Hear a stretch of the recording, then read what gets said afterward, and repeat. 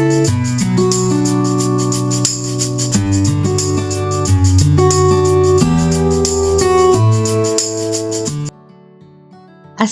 அலைக்கும் and welcome to ஆமிஸ் home. ஆமிஸ் ஹோம்ல இன்னைக்கு பேக்கிங் ரெசிபி தான் பார்க்க போறோம். என்னோட பேக்கிங் சீரீஸ்ல மோஸ்ட்லி கேக் ரெசிபி தான் இருக்கும். ஆனா இன்னைக்கு ஃப்ளஃபியான மாய்ஸ்டான ஒரு பன் ரெசிபி தான் பார்க்க போறோம். ஃப்ளஃபி அண்ட் சாஃப்டான பன் கூட super silky cream cheese filling, அது கூடவே ப்ளூபெர்ரி ஜாம் வச்சு, அதுக்கு மேல நல்லா கிறிஸ்பியான ஸ்ட்ரூசல் லேயரோட cheese cake blueberry streusel bun தான் எப்படி செய்யறதுன்னு பார்க்க போறோம். வாங்க எப்படி செய்யறதுன்னு பார்க்கலாம். ரெண்டுக்கு மாவு பிசைறதுக்கு நம்ம வெதுவெதுப்பான பால் தான் யூஸ் பண்ணி பிசைய போறோம். மாவு பிசைறதுக்கு தேவையான பாலை நான் மெஷர் பண்ணி எடுத்து மைக்ரோவேவ்ல ஒரு 30 செகண்டுக்கு ஹீட் பண்ண போறேன். மைக்ரோவேவ்லயும் சூடு பண்ணிக்கலாம், அடுப்புலயும் சூடு பண்ணிக்கலாம். வெதுவெதுப்பா பாலை சூடு பண்ணி எடுத்து வச்சுக்கோங்க. அடுத்தது ஒரு அகலமான போலா எடுத்துக்கோங்க, அப்பதான் மாவு பிசைறதுக்கு வசதியா இருக்கும். இந்த மாவு நல்லா சாஃப்டான டோவா தான் நம்ம பிசைஞ்சு எடுக்க போறோம். ரொம்ப போட்டு அழுத்தம் கொடுத்தெல்லாம் பிசைய தேவையில்லை. இந்த போல்குள்ளேயே வச்சு நம்ம பிசைற மாதிரி தாராளமான போலா எடுத்துக்கோங்க. சீனி, மைதா மாவு, உப்பு, ஈஸ்ட், முட்டை, பால் இது எல்லாத்தையும் ஒன்னா சேர்த்து நம்ம ஒரு சாஃப்டான டோவா பிசைஞ்சு எடுத்துக்க போறோம். நான் இன்னைக்கு இன்ஸ்டன்ட் ஈஸ்ட் சேர்த்து தான் மாவு பிசைய போறேன்.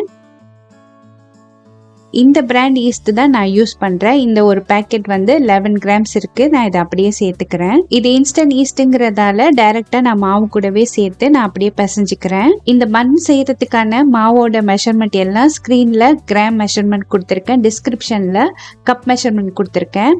தேவைப்பட்டா செக் பண்ணிக்கோங்க.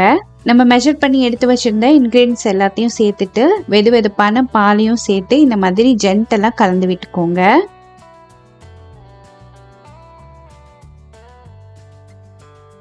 நான் ஏற்கனவே சொன்ன மாதிரி இந்த பன்னுக்கு நல்ல ஒரு சாஃப்டான டோவா தான் பிசைய போறோம். அதனால ரொம்பலாம் அழுத்தம் கொடுத்து பிசையாம ஜென்டலா பிசைஞ்சு விட்டுக்கோங்க. எல்லா இன்கிரீடியன்ஸும் மாவோட ஒன்னா சேர்ந்து நல்லா பிசைஞ்சதுக்கு அப்புறமா இது கூட பட்டர் சேர்த்து நல்லா பிசைஞ்சு எடுத்துக்கோங்க. நம்ம சேர்த்த பட்டரும் இந்த மாவு நல்லா ஒன்னு சேர கலந்து வர்ற மாதிரி நல்லா கைய வச்சு ஜென்டலா பிசைஞ்சு விட்டுக்கோங்க. ஒருவேளை நீங்க ஸ்டாண்ட் மிக்சர் யூஸ் பண்ணி இந்த மாவு பிசைறீங்கன்னா லோ ஸ்பீட்லயே வச்சு நல்லா நீட் பண்ணிக்கோங்க. இப்ப பாருங்க, இந்த அளவுக்கு நல்ல ஸ்டிக்கியான சாஃப்டான டோவா தான் நீங்க பிசைஞ்சு எடுத்துக்கணும்.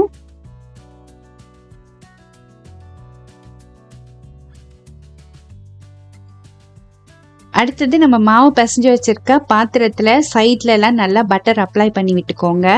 அடுத்தது நம்ம பிசைஞ்சு எடுத்து வச்சிருக்க மாவும் ட்ரை ஆகாம இருக்கிறதுக்காக அது மேலேயும் நல்லா பட்டர் அப்ளை பண்ணிட்டு இதை அப்படியே மூடி வச்சு ஒரு 20 நிமிஷத்துக்கு நல்லா ப்ரூஃப் பண்ணிக்க போறோம். ஈரமான டவல் இல்லைன்னா கிளிங் ரேப் இந்த மாதிரி போட்டு நீங்க மூடி ஒரு 20 நிமிஷத்துக்கு அப்படியே அந்த மாவை தனியா எடுத்து வச்சிருங்க.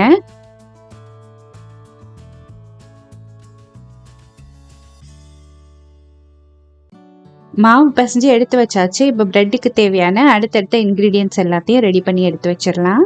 முதல்ல நம்ம பன்னுக்கு மேல தூவ போற அந்த கிறிஸ்பி ஸ்ட்ரூசலை ரெடி பண்ணி ஃப்ரிட்ஜ்ல வச்சிடலாம். இந்த ஸ்ட்ரூசல் ரெடி பண்றதுக்கு 3 இன்கிரீடியன்ஸ் தான்: பட்டர், மைதா மாவு, சுகர். இதுல பட்டர் மட்டும் கொஞ்சம் கோல்டான பட்டரா சேர்த்துக்கோங்க. 3 இன்கிரீடியன்ஸையும் மெஷர் பண்ணி எடுத்ததுக்கு அப்புறம் கையால லைட்டா ஜென்டலா ரப் பண்ணி விட்டு ஒரு கிரம்பிள் மாதிரி வந்ததுக்கு அப்புறமா ஃப்ரிட்ஜ்ல எடுத்து வச்சிருங்க. அடுத்தது கிரீம் சீஸ் ஃபில்லிங் ரெடி பண்ணிக்கலாம். கிரீம் சீஸ் ஃபில்லிங்க்கு சவர் கிரீம் தேவைப்பட்டுச்சு. என்கிட்ட சவர் கிரீம் இல்ல. சவர் கிரீம்க்கு ரீப்ளேஸ்மெண்டா ஈக்குவல் அமௌண்ட் ஆஃப் தயிரையும் பாலையும் சேர்த்து மிக்ஸ் பண்ணி எடுத்து வச்சுக்கிறேன். ஒருவேளை உங்ககிட்ட சவர் கிரீம் இருந்துச்சுன்னா டைரக்டா நீங்க சவர் கிரீமை சேர்த்துக்கோங்க. அடுத்தது ஒரு பவுல்ல 225 கிராம் கிரீம் சீஸ் எடுத்திருக்கேன். இந்த கிரீம் சீஸ் நல்லா சாஃப்டா இருக்கணும். ஃப்ரிட்ஜ்ல இருந்துச்சுன்னா முதல்ல எடுத்து நீங்க டீஃப்ராஸ்ட் பண்ணி எடுத்து வச்சுக்கோங்க. அது கூடவே மைதா மாவு, சீனி, ஒரு முட்டை, வெனிலா எசன்ஸ், அப்புறம் நம்ம ரெடி பண்ணி வச்சிருந்த சவர் கிரீம் ரீப்ளேஸ்மெண்ட்டையும் சேர்த்துட்டு நல்லா பீட் பண்ணி எடுத்துக்க போறோம். நான் இன்னைக்கு எலக்ட்ரிக் பீட்டர் வச்சு தான் பீட் பண்ணிக்க போறேன். ஒருவேளை உங்ககிட்ட எலக்ட்ரிக் பீட்டர் இல்லைன்னா நார்மல் விஸ்க் வச்சே நீங்க நல்லா மிக்ஸ் பண்ணி விட்டுக்கலாம். ஒருவேளை நீங்க நார்மல் விஸ்க் வச்சு பீட் பண்ண போறீங்கன்னா எல்லா இன்கிரீடியன்ஸையும் மிக்சர் ஜார்ல சேர்த்துட்டு நல்ல ஒரு ஸ்மூத் பேஸ்டா அரைச்சிக்கோங்க. நல்ல ஸ்மூத்தா அரைச்ச பேஸ்ட்டை ஹேண்ட் விஸ்க வச்சு நல்லா பீட் பண்ணி விட்டுக்கோங்க. அப்ப நல்லா ஃப்ளஃபியா ஸ்மூத்தா உங்களுக்கு கிரீம் சீஸ் ஃபில்லிங் கிடைக்கும்.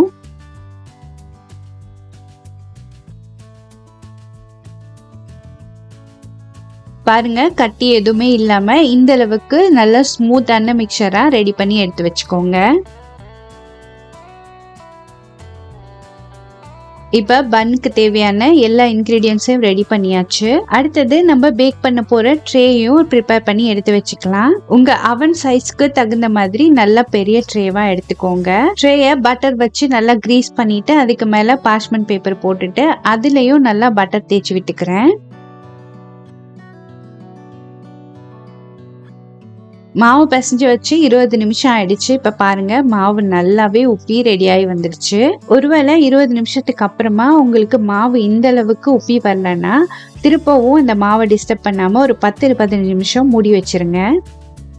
அடுத்தது நம்ம பிரெட்டுக்கு மாவு எல்லாத்தையும் சின்ன சின்ன உருண்டையா போட்டுக்க போறோம். நான் இன்னைக்கு எல்லா உருண்டைகளும் கரெக்டான அளவுல வரணுங்கிறதுக்காக எல்லா உருண்டையும் 120 கிராமுக்கு மெஷர் பண்ணி எடுத்துக்கிறேன். நான் ஒரு பால் சைஸும் 120 கிராம் எடுத்ததால என்னோட பன் சைஸ் ரொம்பவே பெருசா இருந்துச்சு. உங்களுக்கு வேணும்னா இதோட கம்மியான அளவுல கூட நீங்க உருட்டி எடுத்துக்கலாம். ஒரு பால் சைஸும் 50 கிராம் அளவு உருட்டி எடுத்தீங்கன்னா நல்லா மினி சைஸ்ல கிடைக்கும். இப்ப நம்ம மெஷர் பண்ணி உருட்டி வச்சிருக்க பால் எல்லாத்துலயுமே நல்லா பட்டர் அப்ளை பண்ணி ஈவனா நல்லா ரோல் பண்ணி எடுத்து வச்சுக்க போறோம்.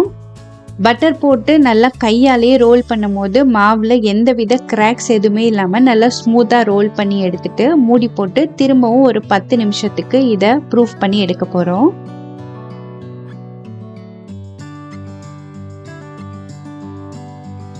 10 நிமிஷத்துக்கு அப்புறம் எடுத்து பார்த்தீங்கன்னா நம்ம செஞ்சு வச்சிருந்த பால்ஸ் எல்லாமே டபுள் த சைஸ் ஆயிருக்கும். பிரெட்டோ இல்ல பன்னோ பேக் பண்ணும்போது இந்த செகண்ட் ப்ரூஃபிங் ரொம்பவே முக்கியம். நீங்க இந்த ஸ்டெப்பை கண்டிப்பா மிஸ் பண்ணிடாதீங்க. இந்த மாதிரி நல்லா நம்ம ப்ரூஃப் பண்ணி எடுத்துக்கிட்டோம்னா ஈஸ்டோட ஸ்மெல் பன்னுல கொஞ்சம் கூட இருக்காது. அடுத்தது நம்ம கிரீம் சீஸ் ஃபில் பண்றதுக்காக நம்ம உருட்டி வச்சிருக்க பால்ல நடுவுல ஒரு குழி மாதிரி கிரியேட் பண்ணிக்கலாம். நல்ல ஒரு குழி கரண்டியா எடுத்துட்டு அந்த கரண்டியுமே பட்டர்ல நல்லா டிப் பண்ணிட்டு இந்த மாதிரி குழி செஞ்சுக்கோங்க. பட்டர் கிரீஸ் பண்ண ஸ்பூனை இந்த மாதிரி பிரெட்டோட நடுவுல வச்சு ஜென்டலா பிரஸ் பண்ணீங்கன்னா நல்லா அழகா குழி வந்துடும். நீங்க ஒரு குழி கிரியேட் பண்ணணும், ஆனா கீழே ஹோல் இருக்க கூடாது, கீழே மாவு இருக்க மாதிரி பாத்துக்கோங்க.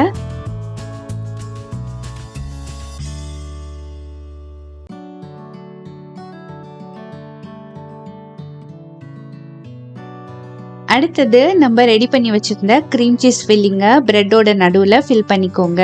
இந்த சைஸ் அளவு பன் செஞ்சிருந்தீங்கன்னா 1-2 டேபிள் ஸ்பூன் அளவுக்கு ஃபில் பண்ணீங்கன்னா கரெக்டா இருக்கும். இதை விட சின்ன சைஸ் பன் செஞ்சிருந்தீங்கன்னா அந்த குழிக்கு தகுந்த மாதிரி நீங்க கிரீம் சீஸ் ஃபில்லிங்க ஃபில் பண்ணிக்கோங்க.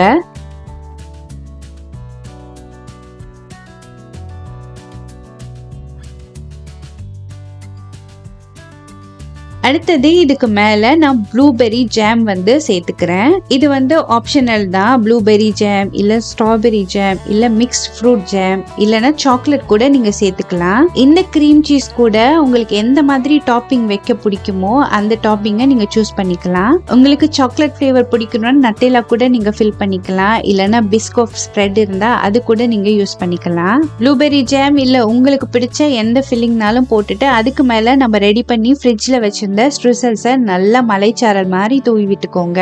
பேக் பண்ணி எடுத்து நீங்க சாப்பிடும் போது அந்த மேல இருக்கிற கிரன்ச்சி பார்ட் ரொம்பவே டேஸ்டா இருக்கும். அதனால நல்லா ஜெனரஸ் அமௌண்ட்டா தூவி விட்டுக்கோங்க.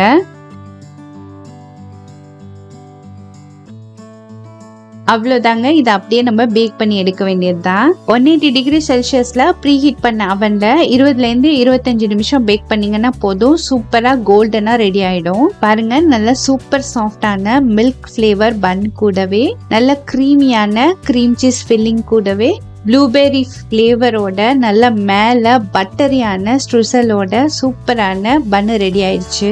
பாருங்க, இப்ப நான் ஓபன் பண்ணி காட்டுறேன் எவ்வளோ ஃப்ளஃபியா இருக்குன்னு.